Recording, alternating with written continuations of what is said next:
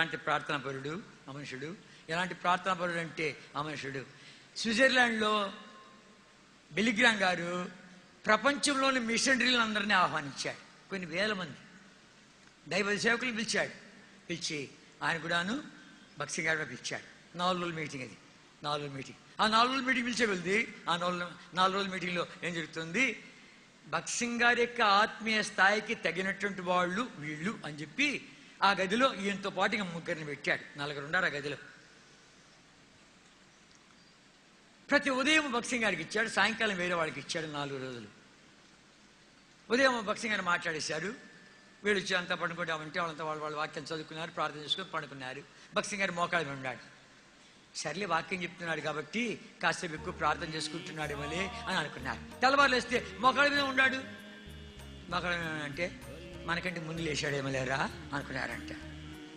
మరుసటి రోజు మళ్ళీ అలాగే ఉంటే పడక నలగలేదు.